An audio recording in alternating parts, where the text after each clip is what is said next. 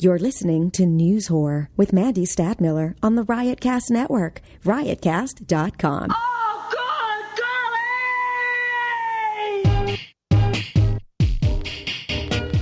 This week on News Whore, we have Tony Ortega, who is the former editor of The Village Voice and the preeminent scholar and journalist when it comes to investigating Scientology. If you watch the excellent HBO documentary Going Clear, then you saw Tony, and you absolutely have to go out and get his new book on the most famous woman related to Scientology, who basically had her entire life upended and destroyed because of Scientology's dirty tricks. And it's just a fascinating book, and we talked a lot about it in this interview.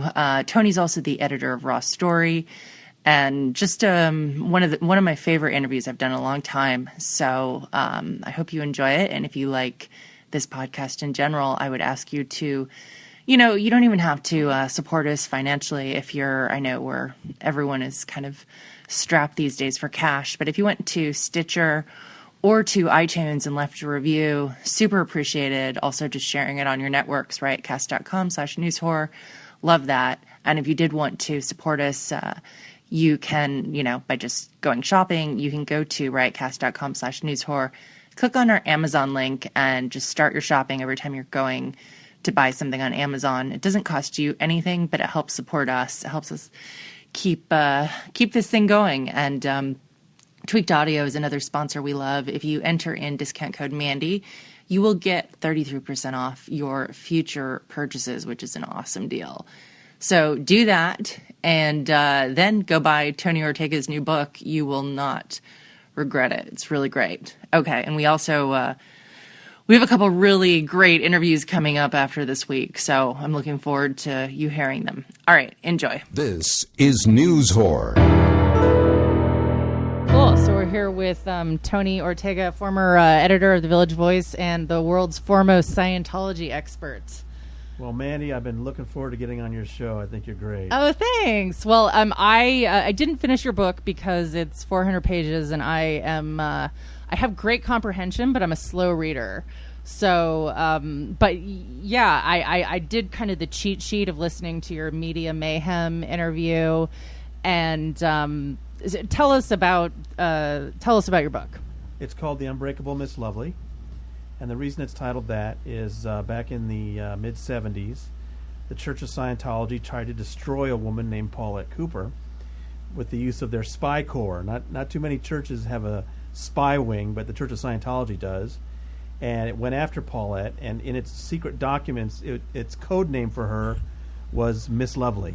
So that's because why she was hot. It sounds like she got a lot of action. She was a very good-looking woman who was very independent, and it was a sexual revolution in Manhattan, and she took full advantage of it. I mean, I like the story about the crazy bonkers guy who had flipped his nut and thought he was Jesus Christ, and he was like, you need to sit on my lap.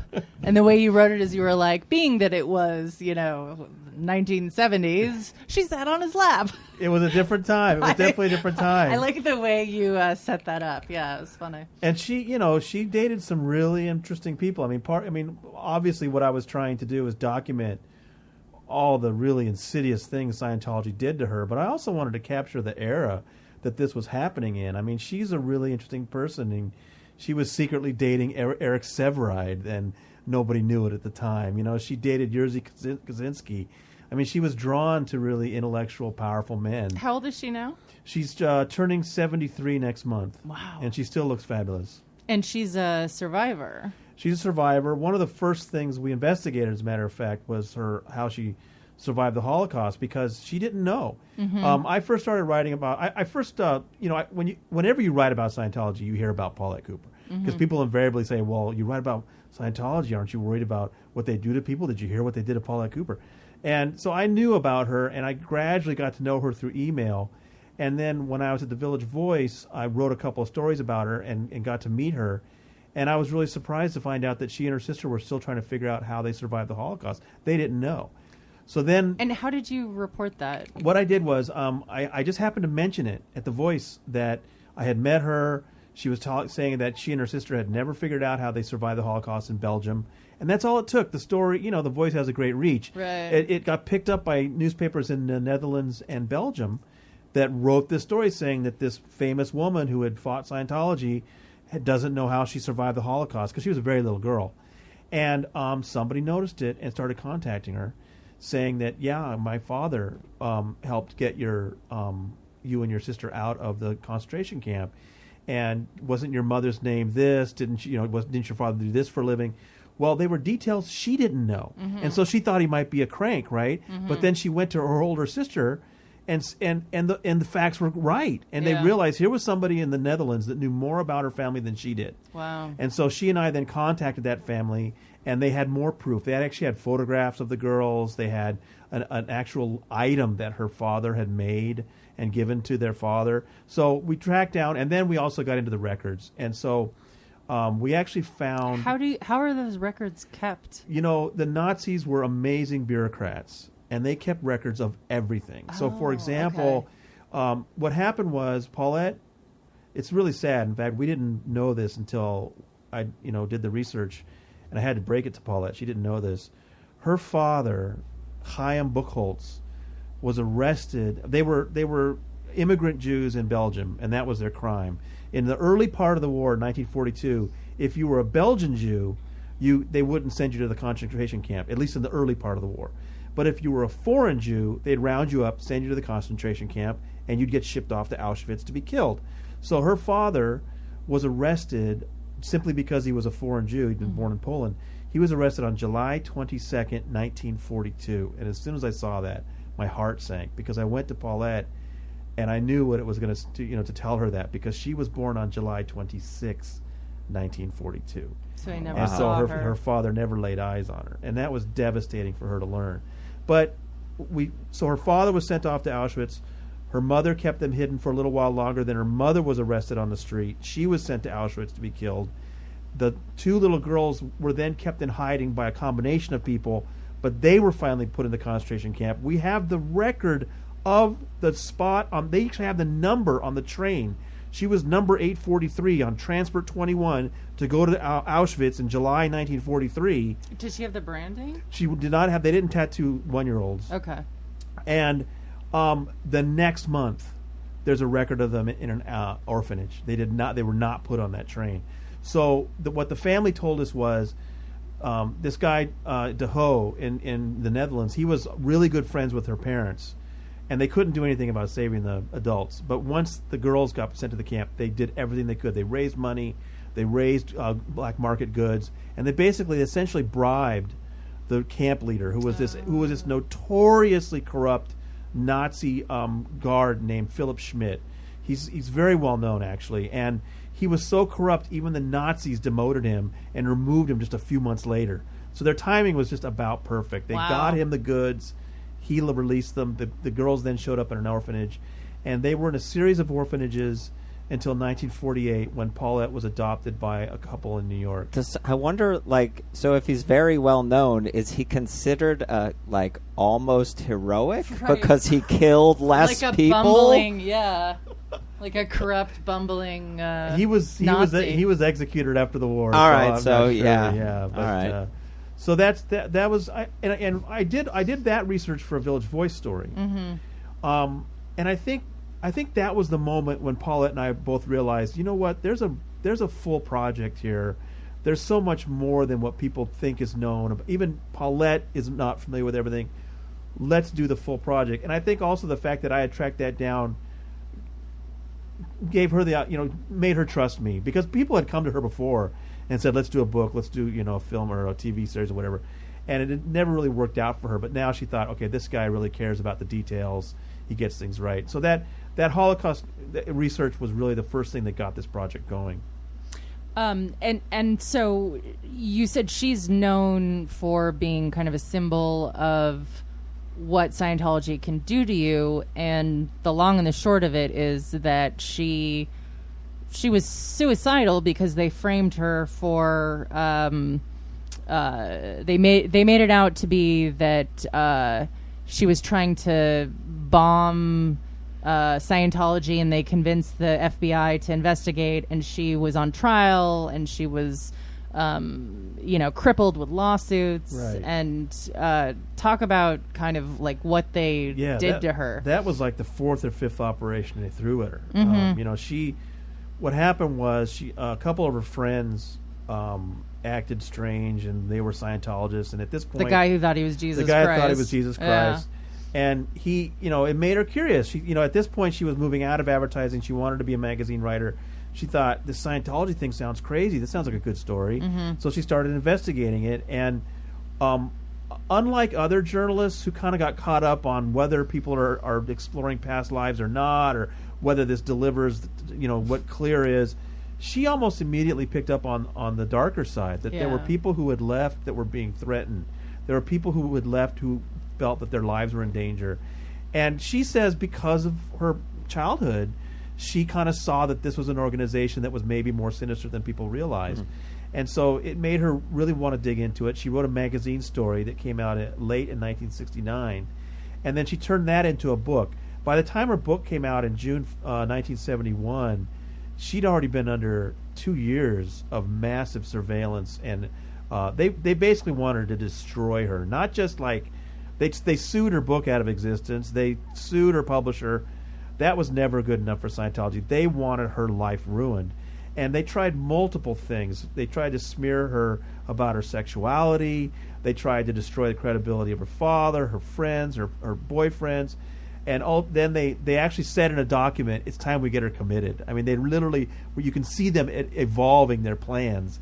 And what they did was they got her fingerprint on a piece of paper that then ended up being a threat that was mailed to the Church of Scientology. Now, we think we know how they did this because 4 years later they tried it again and then spelled it out in internal documents. Mm-hmm. What you do is you give the person a clipboard for something to sign, and what they don't see is underneath it is taped a blank piece of paper. So when you grab the clipboard with your left hand to go to sign, you leave a fingerprint on the paper. Well, and one of the dirty tricks they did was they sent out someone who acted as if their life had been ruined by Scientology, and they wanted to employ her to help investigate.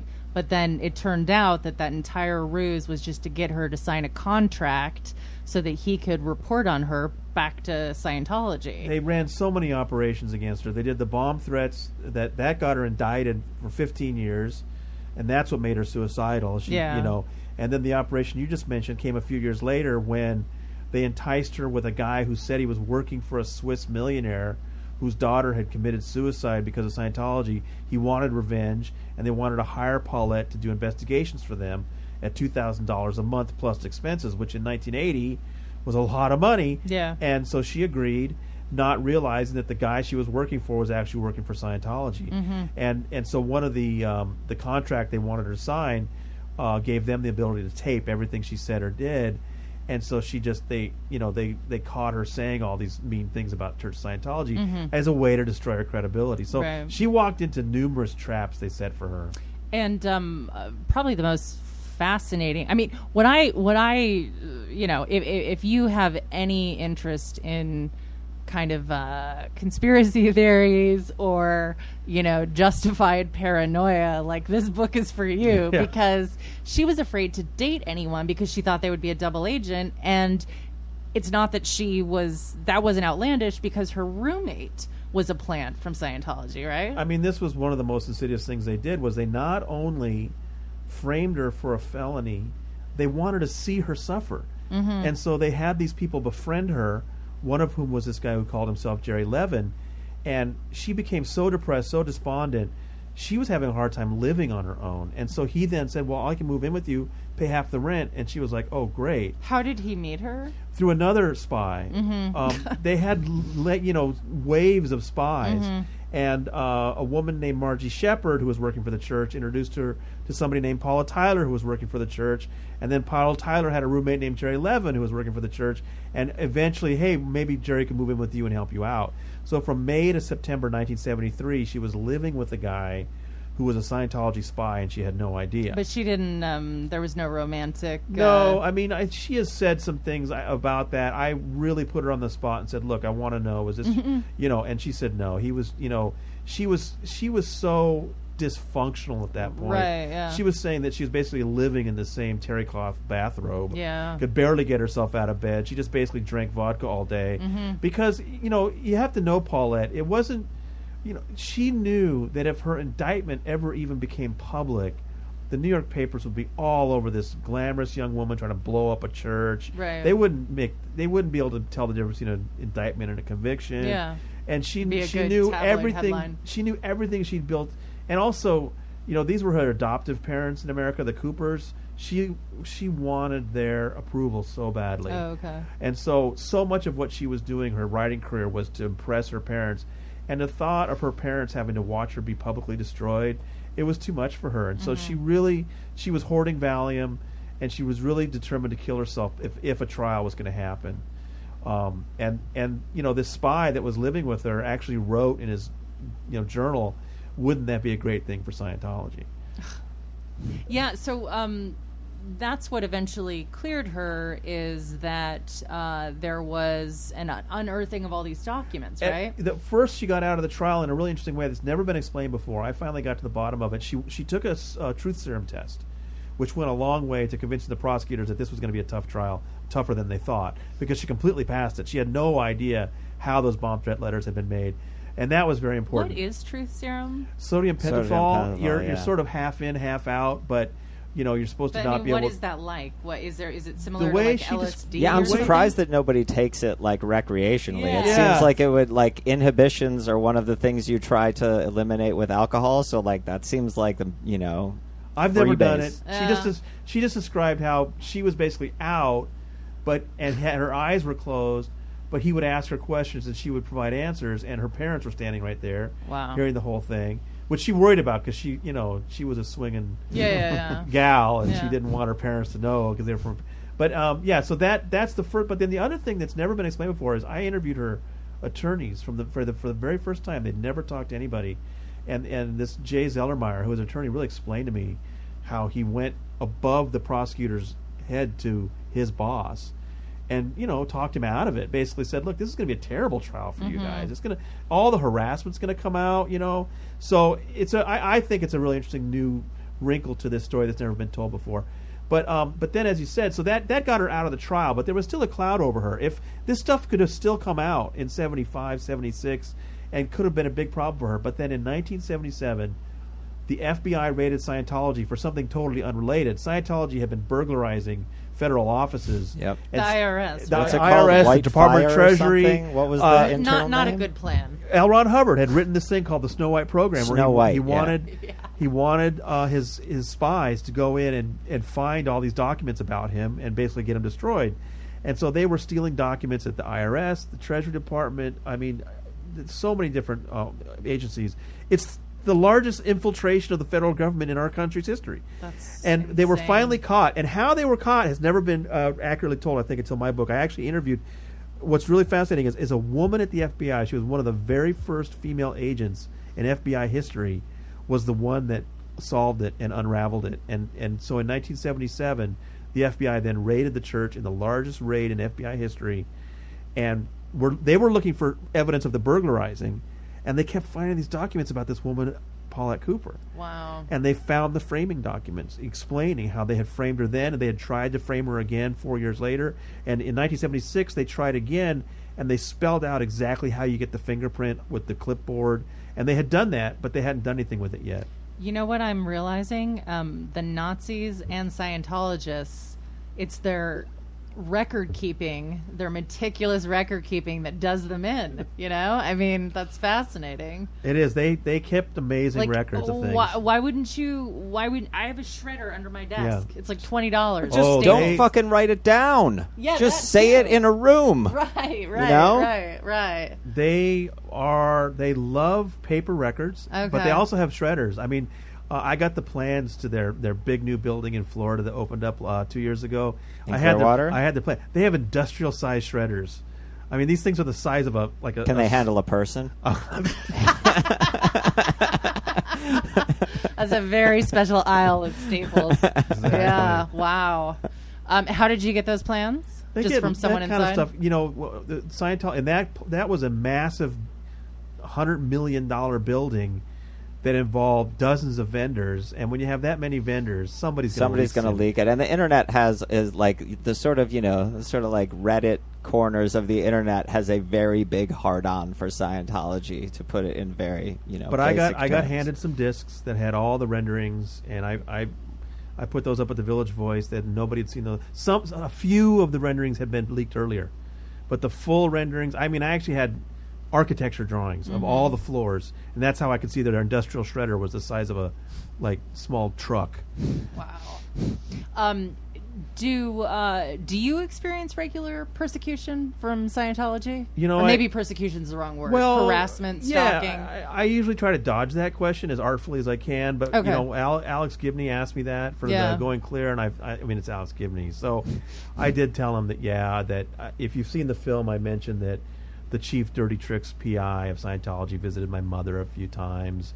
It's the psychological effect they're going after. They look up everyone you've ever worked with, all your relatives, and just it's just to get everyone on edge. Yeah. And it's not fun. And they've done other things too. It's kind of, I just always figure it's part of the it's a hazard of the job, and as long as you can kind of put that psychological effect out of your mind, there's not really anything they can do to you. I mean, all I do is call people up, ask them their stories, write them down, and try and check things out in documents. I'm not an activist. I'm just trying to tell stories accurately. Do you look at Paulette as being an activist? I think some people are reading my book and realizing that this is my history. It's not Paulette's memoir. There are definitely some things in there that I think will make. As the Daily Beast pointed out, she's a complex character, which is what I was going for. As she started out as an objective journalist, but then she was so offended by how they were trying to destroy her life, she wanted to destroy them back, and she very much became an activist. Which hey, they tried to ruin her life, and she wanted to get them back. So, I think in that way she might have made herself susceptible to some of those later traps. Right, and that's also why she can't get any kind of justice, is because she signed that contract with all the things that she said during that time. At that point, it doesn't look good for her. Exactly. There was a grand jury at that time looking into, because there was a grand jury they indicted 11 top Scientologists for all that burglarizing, and then because they found those documents on Paulette, another grand jury was started up to maybe look into punishing people for what they did to Paulette. Yeah. But then, as you're saying, this operation was done against her, and it kind of hurt her as a witness, and so there were no indictments out of that. And she said, they came to her and said, well, listen, Paulette, at least some of the people that tried to harm you are now going to prison. You should take solace in that. And she said it doesn't really solve things. But, I mean, she's angry. I mean, she's still angry today that they did these things to her, to many other people, and yet they still get away with a lot of things. What, because I mentioned a couple of things, but what are some of the other, just awful things or dirty tricks or psychological ploys that were used against her? Because, the book is very comprehensive, so I'm only touching on just, some of what's in there. Yeah. And it really is just, it's like, I, for one, have always been, the second that I went to clambake, .org, the website, or Xenu.net. It's just, it's as fascinating as it gets, just in terms of like the exploitation of human behavior and humanity. Right. And so the book is all that. But is there anything that stands out as kind of highlights? Well, I mean, besides the things we've mentioned, I mean, putting spies in her life and trying to get her indicted and hoping she'll commit suicide. I mean, they also did, and they wrote that out, right? That they wanted her to. Absolutely. And did someone encourage her to do that, or it was just? I mean, like, did someone, just say, "Hey, man, maybe it's just time to." Nobody mentioned suicide to her, but one thing that she's always talked about is how this Jerry Levin character would go up to the roof at the Churchill. She was living at the Churchill then on 40th Street, and had a rooftop pool.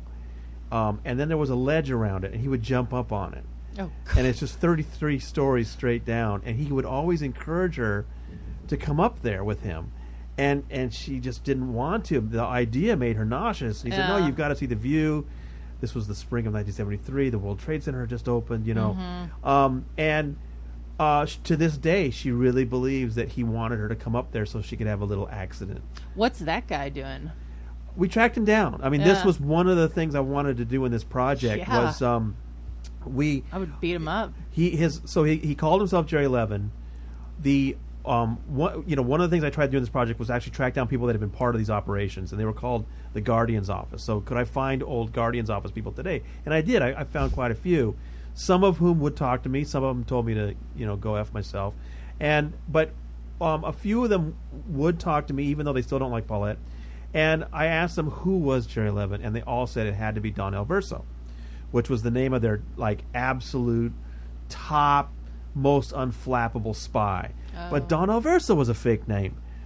Nobody knew his real name. Wow. So I thought that Don Alverso probably was Jerry Levin. Wasn't sure, but we didn't know who Don Alverso was.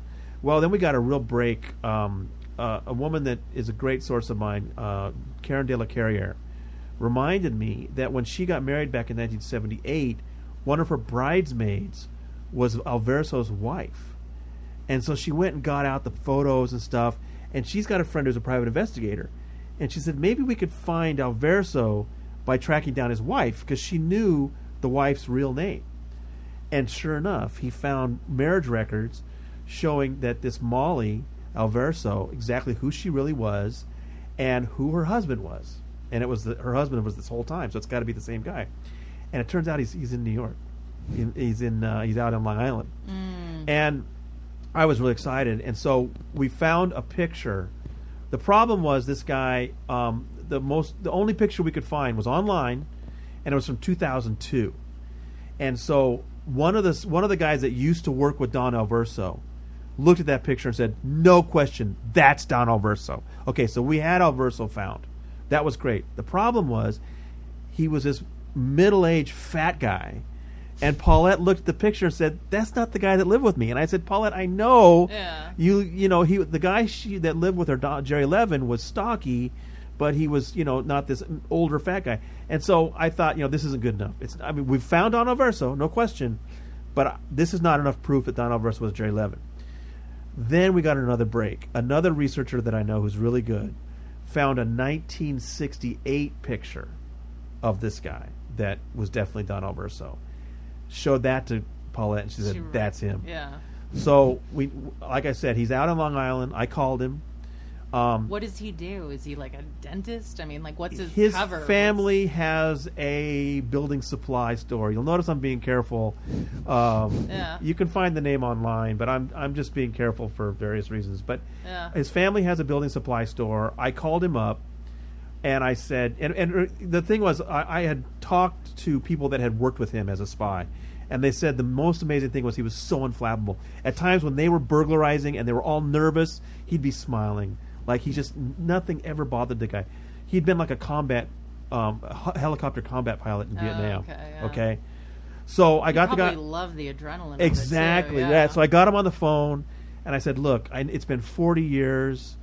I'm writing a book about Paulette Cooper. I'd love to know about the things that happened back then and talk to you about, being Don Alverso." And he's like, "What? What are you saying?" And I said, "Don Alverso, V1, Guardian's Office, Scientology. I don't even know what language you're speaking. I'm sorry, you must have the wrong person."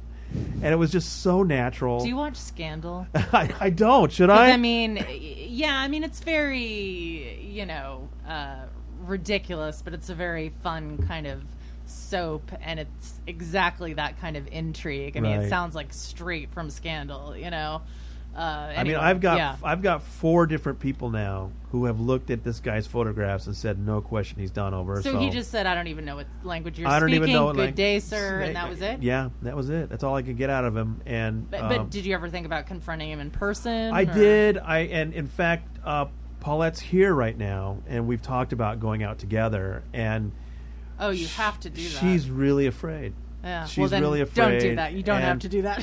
And I was just happy to solve that mystery. That now we know who this guy was. And he was definitely Don Alverso. That was Jerry Levin. And apparently he's not ready yet to talk about what he did. I was happy to talk to him, not in a accusatory way. I'm curious to know how he pulled it off. Right. I mean, what he did was kind of amazing. How did their relationship come to an end? In September, she was looking for something else in some Scientology publications. A friend of hers had a big collection of Scientology magazines, and she was going through them looking for something else, and she ran into the name Jerry Levin in a Scientology magazine. Oh, so God. she brought it back to the apartment and showed it to him, and he was just like, "Are you kidding me? That name is so common. Are you accusing me of being a Scientologist? I can't believe it." And by the end of that conversation, she was apologizing to him. Wow. He then went away on weekends. He would disappear because he was supposedly driving a car somewhere, and so she was telling me, she was like, on Monday she was just hoping he was not angry at her anymore, and he never came back. Oh, wow. Yeah, that's insane. So he was flappable in the end, I guess. yeah. He got flapped. made. He got flapped. He got made, and Jerry he Levin just figured got that flapped. it was time to leave, I guess. So Wow. So I mean, that must have freaked her out when he didn't come back. it's interesting. I mean, she had to have put it together, right? She still didn't at that time, and I asked her Okay. why, and she said, "I just didn't want to believe it." Yeah. Because the same thing had happened with this other Paula Tyler that lived in the building, the one that introduced her to Jerry. Yeah. They found a photograph in a Scientology magazine of a person that looked like her, and she did the same thing. I can't believe you'd accuse me of being a Scientologist. And then, like a couple days later, she disappeared. Mm-hmm. So this had happened twice, and I said, "So didn't you realize you Yeah. made a couple of spies?" And she just said, "Tony, I just did not want to believe that for so many months I had been sharing all of my most intimate secrets and details and feelings with a couple of Scientologists." And so she just refused to believe it until the raid happened, and the FBI came and said, "Okay, so here's all the documents." And she And realized. did she have a nervous breakdown when that happened, or was it maybe it was the exact opposite, where it was like finally everything was explained and she wasn't crazy? I think and what everything she went, added up. I think what she went through in the summer of '73, you'd characterize as a nervous breakdown. I mean, she could barely get out of bed. She could barely leave the building. She was so upset. When the documents came out in '77, she was thrilled because it confirmed her worst fears in a certain way. But on the other hand, now suddenly the FBI was on her side, and she thought, "This is it. I'm going to be." She really felt that the raid, not just the documents about her, but all the records of the burglarizing, that this was it. They were going to take this into court and destroy Scientology once and for all. So why didn't they? I You know, mean, it's amazing. One of the things that happened was that the FBI raid happened in July, but the FBI and the Justice Department couldn't do anything with it immediately because it immediately went to court and was litigated. And Scientology actually convinced one judge that the search was illegal. That got overturned. But they fought and fought and fought, and during that period they were told, "You can't talk about these documents." And so Scientology kind of had a head start in the PR war. They then put together a binder of all the stories about their claims of being victimized by the government and sent it out to every columnist in America. And I then have copies of columns that conservative and liberal columnists wrote saying, "What's with the FBI picking on this church?" So they kind of won the PR war right away. So that then when these 11 top people were sent to prison, it was a little story inside. You know what I'm saying? It's like by the time it kind of lost its momentum. That's my personal theory. So I mean, it almost sounds like lawyers kind of won. Scientology's lawyers are the best. They pay for the best. I mean, has a lawyer ever defected? Has a lawyer ever said, you know what, the money's really not worth it?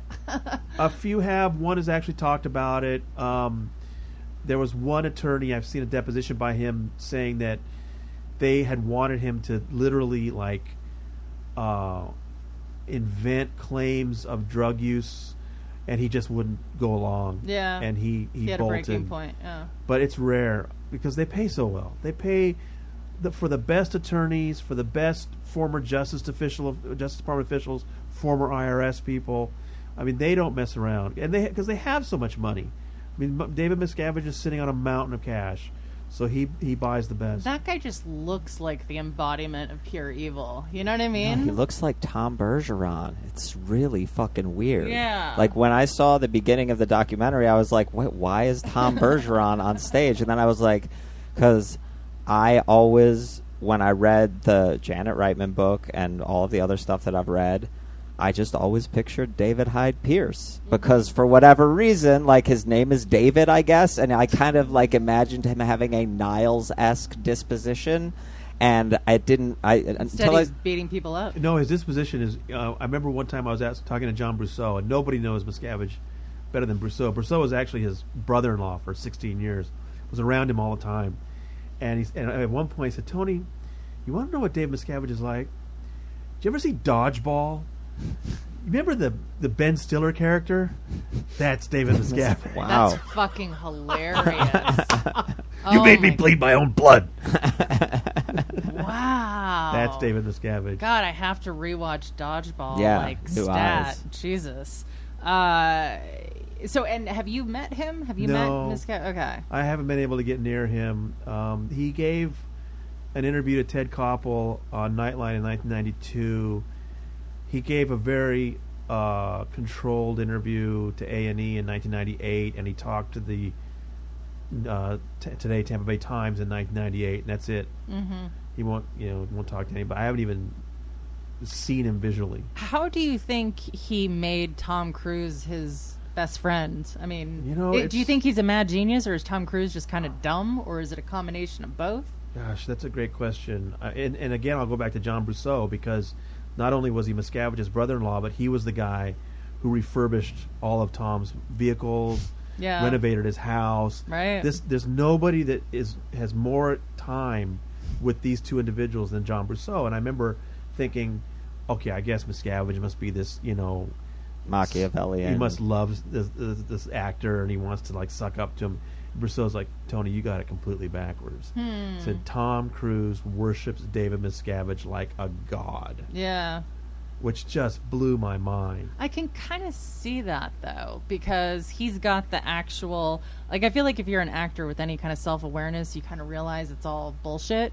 But this dude's actually running this attempting to dominate the world organization, I know, it's so bizarre. Yeah. But every time... But it's not even world domination. It's esoteric knowledge, right?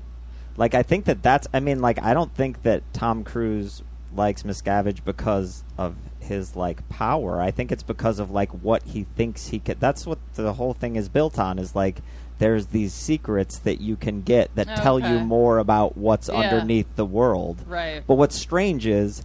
he must have gotten all of that stuff by now, so why is he still on board? I would disagree with you. Oh, okay. Because, there is that esoteric knowledge which draws people forward. It's always like, oh, you haven't been to the top level yet. Wait till you get there. That's definitely the carrot they put in front of people. But as far as Cruise's kick,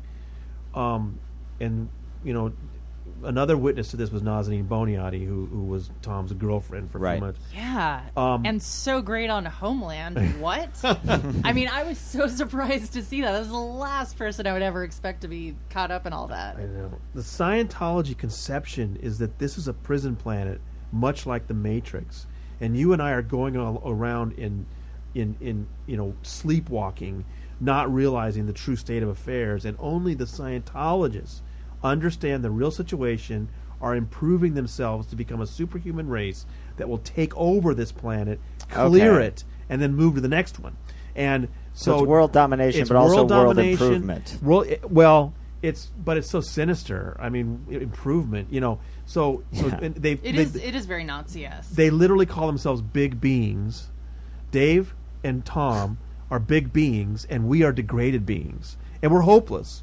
We might improve ourselves a little bit, but we're never going to be on their level. Idiotic, self-aggrandizing term ever. Big bean? Bean. I know. Big bean. Oh, bean. Yeah. I thought it was big bean. Big bean is like a little cuter, actually. Yeah. It's only slightly less stupid. stupid. It sounds like a Chipotle slogan. I'm a big bean. Big bean. Oh, big being. Okay. All right. That's, Be a good rap group name. Big Beings. Probably get sued. So... Wow, that's really... So it is a power trip. It is very much a world domination kind of thing, and it's idiotic. That video of Cruise, I mean, I feel like it's the wanting to feel like you're, actually the superhero that you play. Absolutely. That it's not all just bullshit. He's never gotten a superhero movie, actually, so maybe if they had given him Superman, then maybe this all could have been prevented. Good point. And then it's also just the blackmailing of, homosexuality and rumors and innuendo and all of the dirt that they've dug up during the clearing sessions. Well, they definitely record everything he says, and you, as a Scientologist, see, they convince them that the e-meter is infallible, and you cannot hide anything from the e-meter. I still don't understand, after watching Going Clear and reading what I've read, I still don't understand what drives the e-meter. Like, it sounds like there's some pseudoscience that actually, like, it's not all just bullshit. Well, no, I mean, there's a small electrical current that's put through you through those those sensors. Okay. And this meter, and it's cranked up to such a degree that needle's going to move on the slightest change in the current. Well, there's a dozen different factors that can affect that. Yeah. How hard you squeeze those things. Right. Whether you're sweaty or not. The salt content in your sweat. All these things can affect that. But they're convinced it's reading the mass of your thoughts. Do they... So here's what I'm wondering. Do they manipulate the e-meter once you have paid more and more, so to show that you are getting clear? Because if all those factors are in play, you're always going to have fucked up e-meter readings. I don't think they do, because they want I don't think they game the meter. Yeah. I think that if you can get it's called a floating needle, a certain particular motion. If you can get a floating needle, and you've gone through the process, you're done. You can go to the next one. They're not going to tell you that it's not floating and mess with you, but what is, what they do in those top levels is that they continue to tell you, oh, there's more of these unseen entities that you need to remove. Right. And that's when people start to go crazy. After you get rid of these, oh, there's a whole nother set. Mm-hmm. Well, of course, it's just raising more money. But what we were talking about, I interrupted Tom you. Cruise. I was saying the homosexuality. Oh, blackmailing, I wanted to get to that. Okay. Yeah. Yeah. So there's no question that when Scientologists, whatever the meter actually measures, all that matters is the Scientologist believes they cannot hide a secret from it. Yeah. Once they believe that, it's an all-powerful machine, because then they have to say everything. So, Mark Headley and the others have told me there are no secrets in Scientology. You have to talk about everything every time you jerk off. Mm-hmm. And that you will get sec checked for thousands of dollars just because you masturbated. You'll get what? Interrogated, sec checked. Sect checked. Security checked. God, there are so many new terms. They I've raise learned. money on people's masturbatory habits. Seriously. But so Tom would be compelled to talk about his sex life in intimate detail. Tom DeVotte, who saw this happen, said that Miscavige would record these sessions and then play them back for people and joke about Tom talking about sex. Now, I think any reporter that really covers Tom seriously will tell you the gay rumors are bullshit. Really? Oh, absolutely. This guy loves sleeping with women and is just an absolute rabbit. Okay? That's so weird, because someone... but I mean, maybe they were fucking with me. Someone was implying that their friend at Gawker, and this is like years ago, and they've had thousands of employees, so I think that's, but I say that because it's a journalistic entity, like, had given him a blowjob or something. But I guess that also doesn't mean you're gay. I mean, plenty of guys could get Gawker has some stories they liked. I just have never seen any decent evidence that he is, and I have really good sources very close to him that tell me all Travolta. about. Oh well, there's no question with Travolta. Yeah. But and that's how they've kind of. But ultimately, him. all these whatever the secrets are, gay, straight, or whatever, they're all written down. And if these guys came out, they would, they do this to people all the time. It suddenly shows up on an anonymous website. Mm-hmm. Now, with Travolta, you have to wonder what could they possibly say that we don't already know. Right. I don't think that's why Travolta stays in. But I think, I think with Tom, he's a true believer. He really believes that he and Dave are the big beings who are going to save this planet. Mm-hmm. I'm just still hearing it as big beans. But I mean, how can he not look around and see that, like, things aren't trending upwards? That's a great question. I mean, because it's definitely trending downwards. Yeah, but they're very. Like, at what point is he going to be like, okay, we tried? I know. No, you're exactly. The SP's won, motherfucker. I've asked Scientologists about that, and they tell that what they say is, look, you go to these international events that Miscavige holds 4 or 5 times a year, and at these events, he talks about we've expanded into this country, we've expanded into that country. we've added all this, and we're getting so many more people. And what they always think to themselves is, well, back at my unit, we aren't seeing anybody new. I guess we must be really bad because the rest of Scientology's booming. Yeah. And they tell themselves that, and they convince themselves that. Inferiority Exactly. complexes, yeah.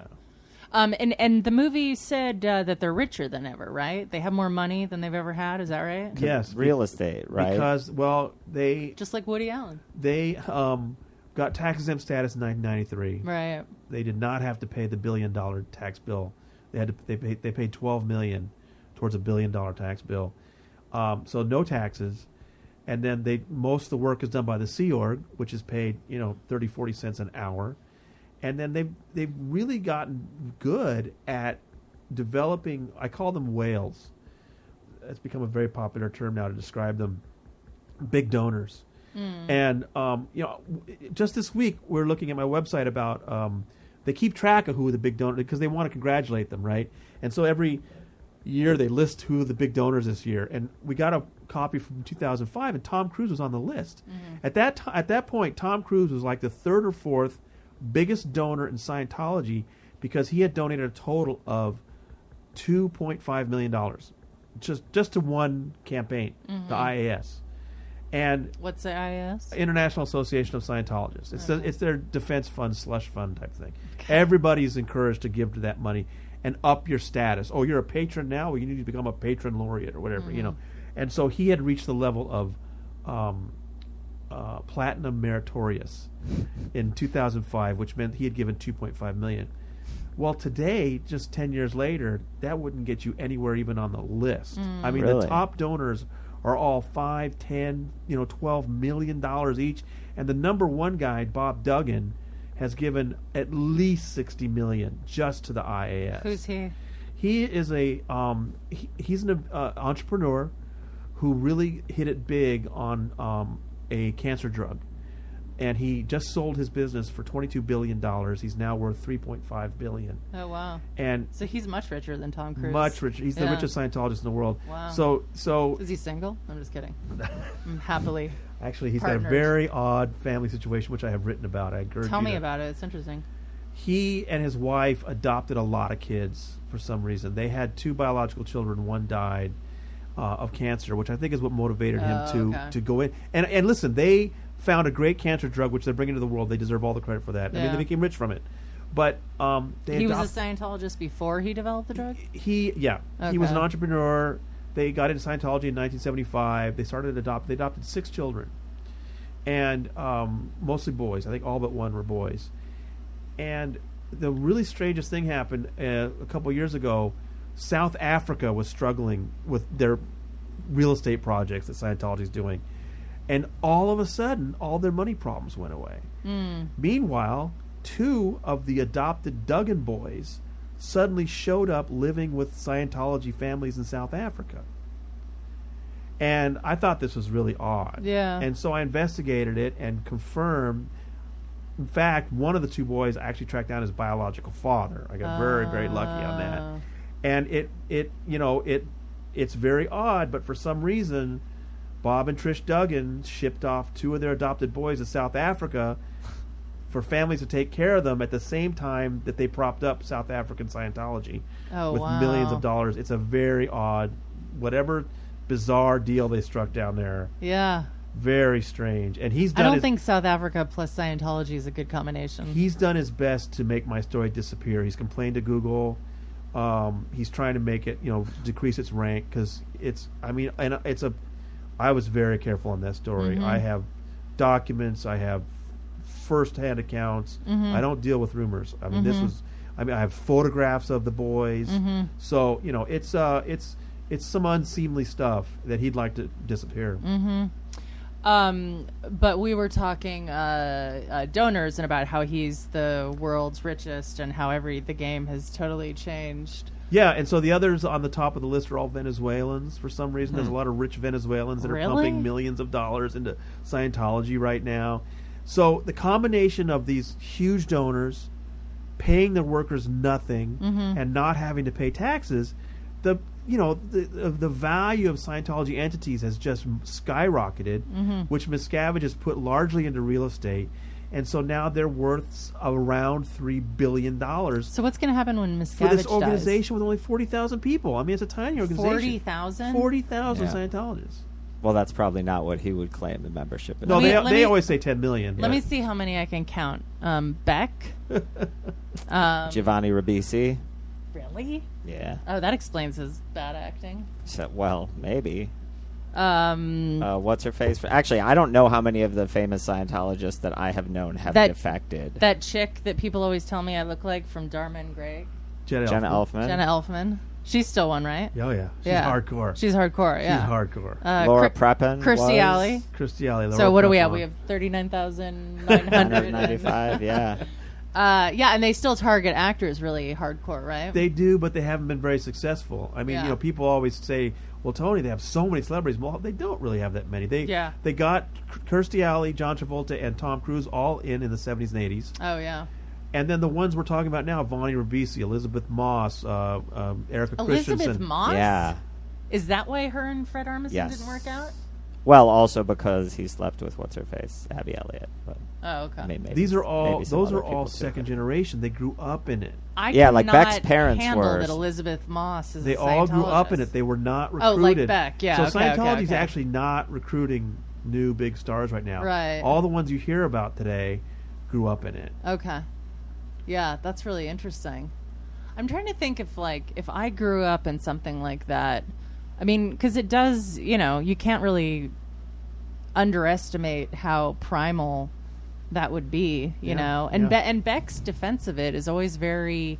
It's almost like my heart goes out to him. Yeah. Because he's just like, you don't, hear other people attacking other religions, So Right. I don't know why my heart goes out to him, but People attack other religions all the time, also.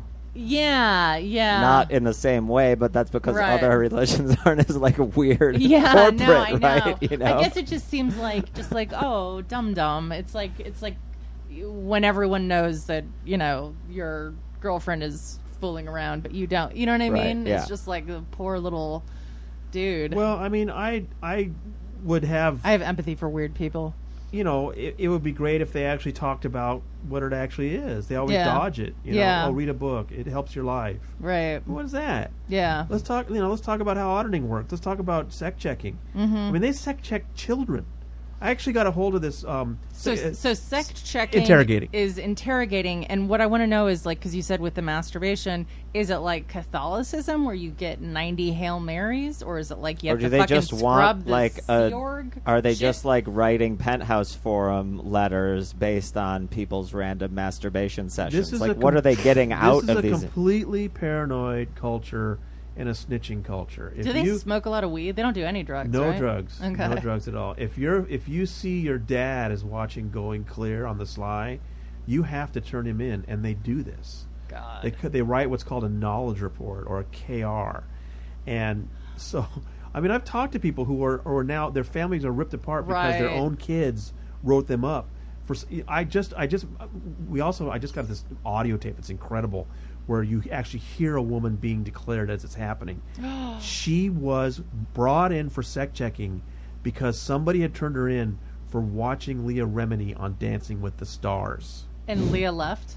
Leah left a while I back, broke yeah. that story. Leah Remini had left Scientology. Sorry. Yeah. It's all right. Oh, you broke that story? Yeah. I'm sometimes not up on important things because I'm reading about Leah- intersectional feminism. Leah Remini and bullshit. left with her entire family in the spring and summer. Oh, good for her. That makes 2013. me like her And more. she's the one who initiated the search for Miscavige's And then wife. a month later, I broke that story that she Oh, wow. filed the missing persons report on Dave Miscavige's wife, Shelley.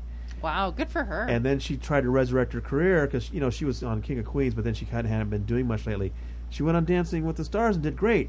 So now this woman was hauled in for an interrogation because she had watched Dancing with the Stars. That's insane. And because she had watched an interview of Lawrence Wright on television.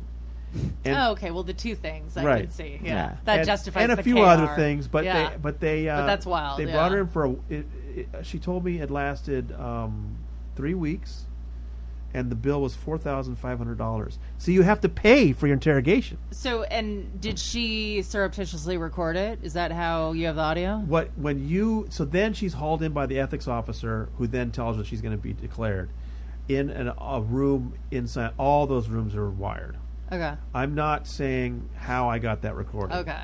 But you clearly hear this young guy telling her that she's going to be declared, and she just says, "Do you know what you're doing in my life?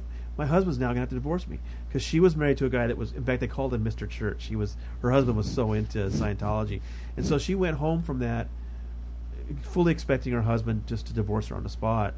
And I talked to him about it, and he said, "Well, as soon as I saw her, I realized that you've been declared, haven't you?" And she said, "Yeah." And he said, "Well, let me examine the data." I mean, he was such a total Scientologist. He made her wait while he thought through, and then he said, "Tony, my wife was more important to me than the church." Oh, wow. And he left with her. Wow. That's great. Yeah. That's like really heartwarming. It's an amazing story. Yeah. And you get to hear it. So I Yeah. encourage you. It's TonyOrtega.org is my website. The woman's name is Sylvia DeWall. Oh, wow. If you search for that story, it's an amazing story. And you literally hear live them explaining to her that she has to take responsibility for her actions, which again is watching Leah Remini on Dancing with the Stars That's amazing. and watching a Lawrence Wright interview on television. Yeah. And have you had a lot of interaction with Lawrence Wright? Yeah, absolutely. No, I know Larry pretty well, and I got to know him before the book came out, and then I'm just super incredibly fortunate that he and Alex decided to include me in the movie. And I think because he does such a good job in the movie explaining how the e-meter works and kind of giving you the basics, and he's kind of a calm, scholarly guy, and I'm sort of the more animated type, and I'm ready to tell you about the IRS and the FBI. Yeah. And so I think they thought that might be a good little contrast in the film. Yeah, no, it was great. I need to rewatch it. Yeah, I because, definitely need to go back and rewatch it after so this. first too. Dodgeball. Yep. Second. Watch Ben Stiller and Dodgeball and think this is what David Miscavige is Dodgeball, like. Battlefield Earth, and then Going Clear. That's I've the triple never- feature. Have you watched Battlefield Earth? I was in the theater for opening night. Are you kidding me? God, didn't that hurt you physically? It was so bad. But Bad art sometimes but, I just I can't even enjoy it on an ironic level. However, it just pains me. the best, you know how some movies are so bad they're good? Yeah. You can't say that about a Battlefield Earth, but Right. there are some scenes that are so bad they're good, and they're all the campy ones of Travolta just totally camping out. And there's like this bar scene where he is so swishy. It's hilarious. And they cut it for the DVD. It's only in the theatrical. Oh, really? Seriously. Oh my God. Wow. I bet you can find it on a torrent somewhere. Again, Yeah. the I nerds hope of so, the because internet. those scenes are amazing. That was another thing I was going to ask you is, do you use Darknet, or do you work in that medium at all? No, I at this point, the people who come out of Scientology just need time to decompress. Yeah. and then they just contact me. Yeah. Um, I just was surprised. I dealt with a woman. I was reporting a story a couple weeks ago, and she was like in her 40s or 50s, and I was just so impressed by her knowledge of that area, and I thought, oh, maybe a lot more people are on there than I realized. I guess you wouldn't realize if they used it successfully, right? Yeah, no, you're right. Yeah. I'm it's kind of true. an old-fashioned journalist. I just want to interview somebody, take notes, get some documents, and Right. write a story. And Scientology is secretive, but it's leaking like a sieve right now. Right. Yeah, you're all about your sources. That's that's one of those things where just they start coming to you because you get the big. Well, and so big I talk to fish. so many more people than I can name. There's so many people that talk to me, feed me information that I can't even talk about because they're terrified. Right. Because they know if I said so and so told me this about Scientology, maybe they still have family members in. Right. They'll never see them again. It's just really heartbreaking the way some of these families are being ripped apart. So if someone wanted to, I always recommend Mark Ebner's article for just like a quick and dirty, entertaining understanding of Scientology. Do you recommend? Because I just feel like to kind of, although your book draws you in pretty quickly. You get to the juicy stuff early on. I was knowledgeable enough, even though I've only started reading it. But is there Ebner's story is so cool. He joined embedded Scientology in 1996 and got all the way to, I think, the Purif or something. He did a great job, and he's such a fun writer. Well, the reason I liked it is because it was the first time that I realized how they really got you. Yeah. Because he starts off, I've solicited prostitutes and I've done heroin. Scientologists will be the first to tell you that. Because you read a lot of other articles and it doesn't kind of get into like the blackmail angle, the fact that it's using legitimate psychological techniques. But then it's like if you're a psychiatrist just was then suddenly like, double crossing you to get money from you. It's just the Exactly. most perverted, fascinating, And it's weird too. Like L. Ron Hubbard, like he's so ugly and gross and his writing is nasty, and it's just like, how the fuck did he pull this off? And you had mentioned Janet's book before, which is great. Janet Reitman in 2011 came out with her book Inside Scientology, especially for its chapters on Lisa McPherson, which is she did an amazing job. But I remember Janet kept talking about how L. Ron Hubbard had perfect timing because he was so charismatic. She kept saying that he's cool. And I thought, Janet, have you actually watched his Exactly. films and listened to his lectures? He's don't such a get it. turnoff. Oh, yeah. Yeah. And I've tried to do that at my website. Is I've tried to, I'll illustrate some point with a few minutes of Hubbard talking, so people can hear how he talked about it, and it's just bizarre. Do you have, or does there exist any kind of a A to Z, glossary? Because I feel like that would be so helpful. Because just in reading what I did read of your book, like I had never heard of bull baiting, Yeah. which was so fascinating, where you get people to try and break each other down by saying the Right. cruelest shit possible. Right. And so to Paulette, they were, being very sexually aggressive. And then one person was like, oh, you should come to our orgies, There's some great glossaries online. I haven't tried to do one myself, but Clambake has a really excellent one. All right. That goes A to Z through all the terms. What I have at my site, I tried to produce some primers, and two of them that I think are really useful was I blog Dianetics from cover to cover. Oh, I think cool. I think most Scientologists who tell you they Have love it. Dianetics haven't actually read that thing from cover to cover, because it is awful. I mean, it's such a chore to read. Want to quit smoking? Page 72. Yeah, you remember that, right? Yeah. And so Vance Woodward and I, a really smart former Scientologist, just went chapter by chapter and That's talked cool. about the stuff in it. And that's a series you can find on my website. And then the other one was, you always hear about there's all these levels and all these courses. And I finally decided, well, what are they and how much do they cost? And so Claire Headley and I went step by step through the entire bridge. And so each article is a different part on the bridge, how much it costs, what it's like, and as much as I could with fair use, actually producing some of the material so you can see it with your own eyes, what Hubbard wrote. I have a really dumb question. My understanding of fair use is that it's kind of like pornography, right? Like when you see it, or is that incorrect? Well, it's just, talk to an attorney about it. It's just, Right. there's this reasonable sort of ratio. So it is like that. Yeah, So yeah. if Like you, I if, do if like you're quoting from a 400-page book, right. and you quote an entire page or two, Yeah. that's certainly fair use. Sure, right? sure, 'Cause it's sure, just- yeah. It's that now with a photograph, it's harder to define fair use Right, because you right. either see the photograph or you don't, right? Yeah. So you have to photograph it in context. There's various rules. Yeah. But with Hubbard stuff, I feel like I don't.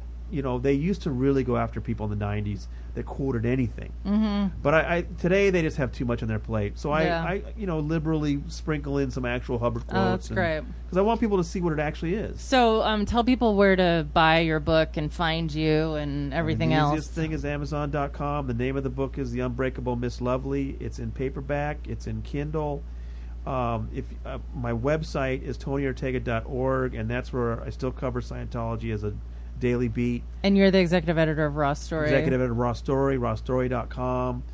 And the book's doing well. I mean, it's been.